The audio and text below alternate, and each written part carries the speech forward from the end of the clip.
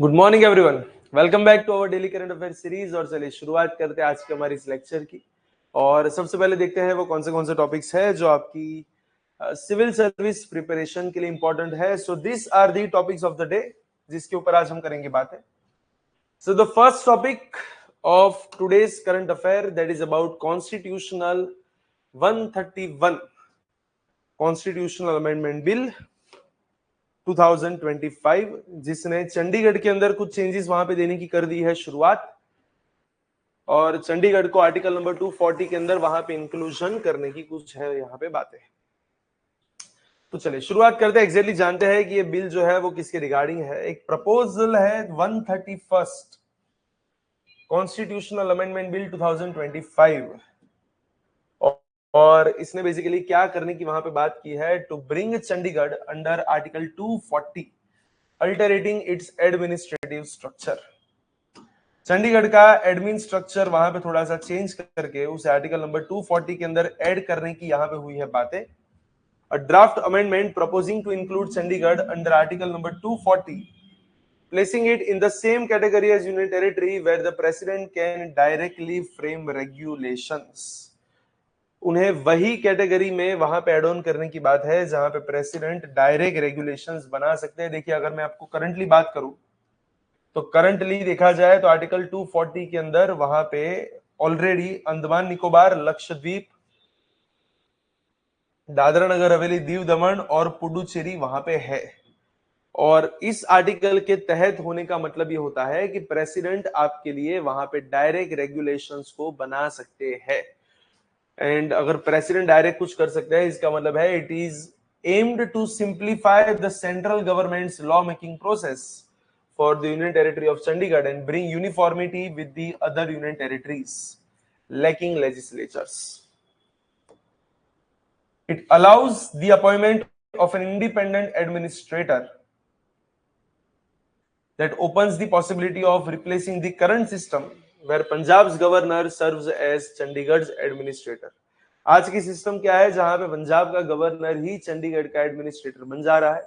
तो इस सिस्टम को बदल सकते हैं और उसकी जगह पे प्रेसिडेंट साहब किसी और को वहां पे एज अ गवर्नर या फिर एज अ एडमिनिस्ट्रेटर वहां पे बना सकते हैं। It will definitely reduce Punjab administrative role in Chandigarh. Chandigarh की अगर हम बात करें, हिस्टोरिकली अगर हम बात करें तो it was a planned vision of Jawaharlal Nehru. एक नया टाउन बनाने का वहां पे एक एस्पिरेशन था, एक unfettered by the tradition of the past, and it is designed by Le Corbusier. Corbusier ने वहां पे उसकी पूरी डिजाइन की एक बहुत ही बढ़िया सी टाउन प्लानिंग आपको यहाँ पे मिलेगी, एक अर्बन प्लानिंग यहाँ पे मिलेगी which is inspired from our Indus valley civilisation structure. And post partition background की अगर हम बात करें तो replacement of for Lahore after 1947 Punjab lost Lahore to Pakistan and that's why Chandigarh was envisioned as the capital of Indian Punjab. Refugees के लिए वहां पे उनके रीसेटलमेंट के लिए एक अच्छा वाला ये वाला एक जोन था। और देखा जाए तो साइट सिलेक्शन और सिटी कंस्ट्रक्शन की अगर हम बात करें तो foothills of Shivaliks and then the part of Ambala district were selected jointly by the central as well as Punjab government, and the foundation stone laid in 1952, and that is all about this recent amendment। तो एक बार amendment वहां पे पास हो जाए, एक बार वो act के अंदर कन्वर्ट हो जाए, देन आफ्टर हम वापस उसके ऊपर बात करेंगे। लेकिन अभी के लिए आप इतना जान सकते हैं कि चंडीगढ़ को आर्टिकल 240 के अंदर ऐड करने की अभी बात है, जहां पे प्रेसिडेंट के पास इतने पावर्स होंगे कि वो चंडीगढ़ के लिए वहां पे अलग से रेगुलेशंस बना सकते हैं, separate from the Punjab administration. और next topic that is about Bharat NCAP 2.0 draft. लेकिन इस टॉपिक को शुरू करने से पहले मैं एक चीज आपको बता दूं कि यहाँ पे जो पीडीएफ है आपके सामने, वो आपके हमारे टेलीग्राम ग्रुप के चैनल पे से मिल जाएगी। And you can see that कि पीडीएफ जो है it is made in dual language, that is English as well as Gujarati. So for all those aspirants who are doing their preparation in Gujarati medium as well, you can also download this PDF, and the name of the telegram group channel is mentioned in the description box, so you can go there, you can download this PDF as well as। एक और चीज आपको बता दूं, PD Gurukul Ahmedabad, Gandhinagar and Vadodara PD Gurukul Ahmedabad, Gandhinagar and Vadodara, तीनों branches पे नई batches हो रही है start in this month. From the next week वहां पे अहमदाबाद में स्टार्ट हो रही है, नेक्स्ट टू नेक्स्ट वीक वहां पे गांधीनगर और वडोदरा के अंदर वहां पे हो रही है शुरू। For UPSC as well as GPSC class 1-2 preparation, for UPSC as well as GPSC class 1-2 preparation, specifically in English medium, Gujarati medium as well as Hindi medium. Or as of now, you will get 3 days free demo sessions plus up to 50% scholarship. Yes. So अभी तक अगर आपने enrolment नहीं करवाया है तो नीचे description box के अंदर आपको वहां पे एक फॉर्म मिलेगा, you just have to fill up that form, or you can also contact on this number to get further information. आप इस नंबर के ऊपर भी वहां पे कांटेक्ट कर सकते हैं, बाकी इंफॉर्मेशन वहां पे आपको मिल जाएगी। चलिए नेक्स्ट टॉपिक के ऊपर आगे बढ़ते हैं, that is about Bharat NCAP 2.0. What is NCAP? That is about new car assessment programme. और इंडिया की क्रैश सेफ्टी रेटिंग सिस्टम को और एक्सपांड करने के लिए ministry of road transport and highways ने एनसीएपी 2.0 का ड्राफ्ट रिलीज किया है, लेकिन ध्यान रखना अभी तक सिर्फ ड्राफ्ट रिलीज हुआ है, फाइनल डिक्लेरेशन होनी अभी बाकी है। तो एक बोल सकते हैं कि revised vehicle safety rating programme है that evaluates the crash worthiness and safety technologies of various new cars sold in India. In short जितनी भी कार्स इंडिया में सोल्ड हो रही है तो उन सबके ऊपर वहां पे कंपल्सन होता है कि आपको एनसीएपी के वहां पे उसके लेबोरेटरीज के अंदर आपको अपनी कार को टेस्ट करवाना पड़ता है कंपनीज को, ताकि लोगों को पता चले कि इस कार के अंदर क्रैश सेफ्टी कितनी मिलेगी। It updates 2023 guidelines and introduces new car test and assessment vehicles. Launch किसने किया है? तो मिनिस्ट्री ऑफ रोड ट्रांसपोर्ट। और टेस्टिंग वगैरह कौन वहां पे संभालेगा? That is CIRT Pune, central institute of road transport. और इनका मेन उनका काम क्या है कि हमारी व्हीकल सेफ्टी को थोड़ा सा और बढ़ा के ग्लोबल स्टैंडर्ड्स तक पहुंचाना है, और जितने भी वहां पे ऑक्यूपेंट्स वगैरह है उनको तो प्रोटेक्ट करना ही है, साथ साथ आसपास चलने वाले जो पेडेस्ट्रियंस हैं या फिर जो वल्नरेबल रोड यूजर्स है उन सबको भी वहां पे प्रोटेक्ट करना है। It will also encourage manufacturers to adopt advance safety technologies. Key features उसके क्या रहेंगे? तो वहां पे 5 टाइप का असेसमेंट यहाँ पे करेंगे। सेफ ड्राइविंग क्या है, एक्सीडेंट अवॉइडेंस के लिए क्या है, क्रैश प्रोटेक्शन है कि नहीं, vulnerable road pro user protection है कि नहीं, and post safe crash safety. तो 5 नई चीज, उसमें से ये 2 जो है लास्ट के असेसमेंट स्टैंडर्ड्स वो इस बार वहां पे एड ऑन किए गए। एक्सपांडेड क्रैश टेस्ट को थोड़ा सा और एक्सपांड किया है। Frontal impact, side impact, oblique pole test, full width frontal test जो अभी नया है, एंड रियर इंपैक्ट टेस्ट जो भी अभी नया है। और उसके साथ वहां पे इंजरी की इवैल्यूएशन वहां पे की जाएगी, uses advance test dummies to measure the injury levels in different crash scenarios. That is all about NCAP 2.0. The next topic, that is about 53rd Chief Justice of India. India में देखा जाए तो recently हमारे जो CGI थे जिनका नाम था BR गवई की रिटायरमेंट के बाद वहां पे एक नए जस्टिस आ चुके हैं जिनका नाम है justice Suryakant. So justice Suryakant is set to take oath as 53rd chief justice of India. उन्होंने वहां पे ओथ वहां पे ली है ऑन 24th of November 2025, और उनका टेन्योर कब तक चलने वाला है? तो बोले 9th February 2027 तक वहां पे चलेगा, making it one of the longer tenures in the recent years. Because we all know कि जो चीफ जस्टिस ऑफ इंडिया होते हैं इज द सीनियर, ही और she is the senior most जज ऑफ सुप्रीम कोर्ट, और सुप्रीम कोर्ट के जो सबसे सीनियर जज है और उनका एक टेन्योर फिक्स होता है कि at the age of 65 years you have to vacant this office. So वहां पे टेन्योर बहुत ज्यादा नहीं मिलता है, लेकिन यहाँ पे इनके पास अच्छा खासा टेन्योर है फ्रॉम नवंबर 2025 टू February 2027।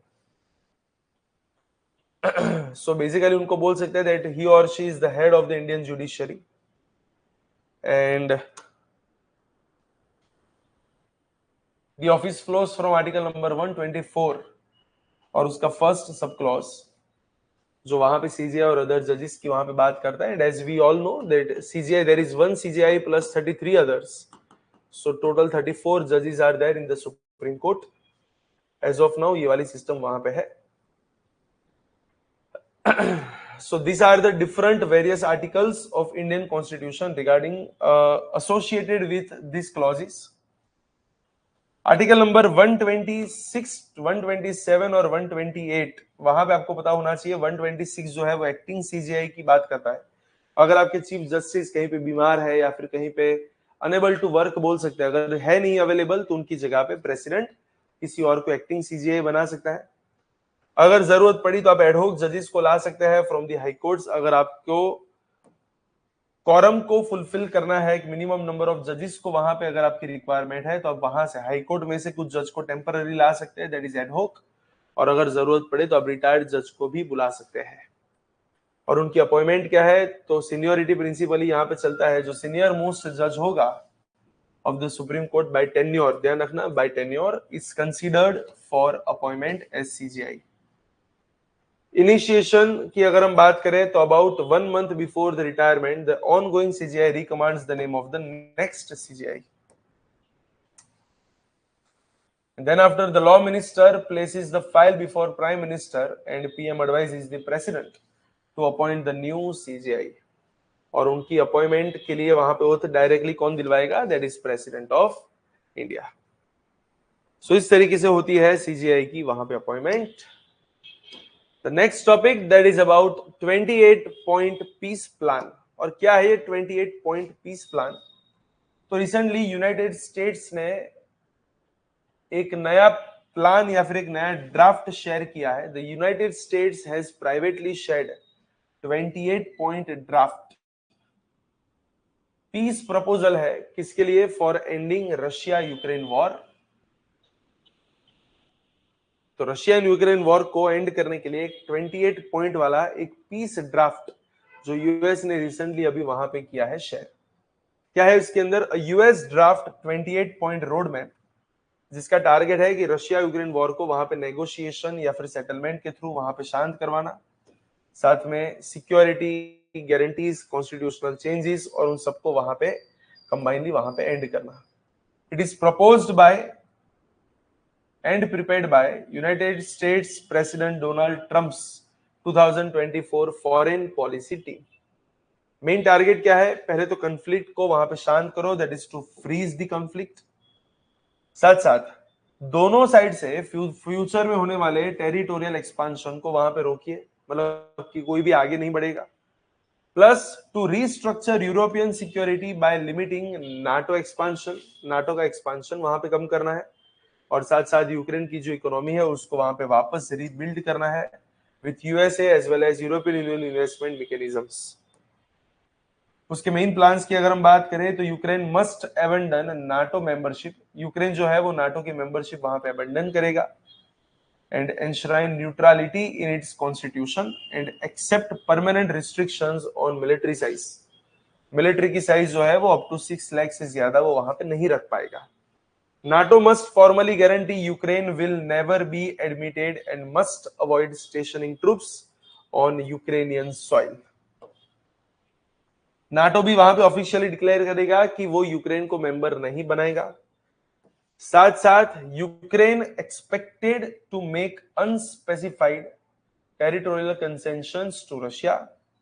और इसलिए वहां पे there must be a dialogue between Russia, Ukraine and Europe to settle all ambiguities of the last 30 years। In short 30 साल के अंदर जितनी भी एम्बिग्युइटीज वहां पे आई है उन सबको यहाँ पे सेटल करने की बातें हैं। And that is all about this 28 point plan. लेकिन एग्जाम पॉइंट ऑफ व्यू से ये प्लान जो है वो आपको तब याद रखना है जब ये प्लान ऑफिशियली वहां पे पास होता है। As of now it is drafted, it is not passed. एक बार उसकी एक्सेप्टेंसी वहां पे आ जाए and after that you can go with that. And the next topic that is about higher education commission of India bill. एक नया bill यहां पे प्रपोज हुआ है, हायर एजुकेशन कमीशन बिल 2025, जो आने वाले विंटर सेशन के अंदर होगा इंट्रोड्यूस। नेशनल एजुकेशन पॉलिसी 2020 के 5 साल खत्म होने के साथ इसकी वहां पे फाइनली इसकी करनी हमें शुरुआत। क्योंकि वहां पे भी देखा जाए तो उस पॉलिसी के अंदर ऐसी रिकमेंडेशंस थी 2020 के अंदर, जहां पे सिंगल हायर एजुकेशन रेगुलेटर को रिकमांड उसने वहां पे किया था, लेकिन उसके इम्प्लीमेंटेशन अभी तक हुआ नहीं है। तो इस बार ये वाला बिल यहाँ पे इंट्रोड्यूस हुआ है, a draft law proposing the creation of single regulatory authority of for all higher education. एक सिंगल ऐसी अथॉरिटी जो सारे हायर एजुकेशन को कवर करेंगे except medical and legal education, by merging the roles of UGC, that is University Grant Commissions, AICTE, that is All India Council for Technical Education, as well as NCTE, National Council for Teachers Education. Main इस bill को लाने का main उसका aim क्या है? That is to streamline India's higher education regulation by eliminating the existing fragmented structure. As of now, we all are having a structure, but the structure is fragmented. There is no uniformity, and to bring uniformity, there is a new bill, and to implement as well as उसका दूसरा M क्या है कि जो national education policy के अंदर 2020 के अंदर हमने जो विजन्स वहां पे बताए थे उन्हें इंप्लीमेंट भी यहाँ पे करना है, जहां पे इंटीग्रेटेड, ट्रांसपेरेंट और लेस इंट्रूसिव रेगुलेटरी फ्रेमवर्क की बातें थी। तो एक सिंगल रेगुलेटर रहेगा for all higher level education, जो इन सबको वहां पे रिप्लेस करेगा। साथ साथ हायर एजुकेशन ग्रांट्स काउंसिल वहां पे होगी, जिसकी फंडिंग होगी through the funding powers likely, और उसके जो फंडिंग पावर्स रहेंगे वो मिनिस्ट्री के पास रहेंगे, ना कि कमीशन के पास। And independent expert based governance वहां पे होना चाहिए, ऐसा बोल दिया गया है पहले से। Each vertical will function as an autonomous professional body with experts known for their integrity and experiences. तो एक देखा जाए तो एक छोटी सी एक इंडिपेंडेंट कमीशन बनाने की बात है, जो हर एक के बीच में वहां पे कोऑर्डिनेशन वगैरह को सेटल करेगा। साथ साथ reduction of red tape. We all know कि हमारे यहाँ पे इम्प्लीमेंटेशंस के अंदर कितनी ज्यादा डिलेज वगैरह हो रहे हैं, क्योंकि देखा जाए तो वहां पे कुछ ज्यादा ही कंप्लेंट्स वगैरह भी वहां पे बहुत ही ज्यादा है। तो उन सबको वहां पे दूर करने के लिए वहां पे रेड टेपिज्म को हटाने की जरूरत है। So there will be reduction in the red tape, aims to eliminate the conflict of interest, overlapping jurisdiction as well as inconsistent regulations. आज देखा जाए तो हायर एजुकेशन ये तीनों वहां पे संभालते हैं, लेकिन वहां पे ना तो कंसिस्टेंसी मिल रही है, साथ साथ बहुत सी जगह पे ज्यूरिसडिक्शन ओवरलैप हो रहा है, किसी एक के पावर के ऊपर किसी दूसरा वहां पे ओवर पावर करने की कोशिश कर रहा है। तो ये सब चीजें वहां पे बंद हो जाएगी। And the bill seeks to help institutions become more independent, more self-governing, as well as academically free. And that is all about this bill. And that is all about today's lecture. तो इसी के साथ आज का lecture यहीं तक रखेंगे, और नेक्स्ट लेक्चर के अंदर और कुछ नए टॉपिक्स के साथ वापस एक बार करेंगे शुरुआत। लेकिन तब तक के लिए all the very best for your preparation. चलिए, तो आज का लेक्चर यहीं तक का है, नेक्स्ट लेक्चर में और वहां पे कंटिन्यू करते हैं। Thank you so much.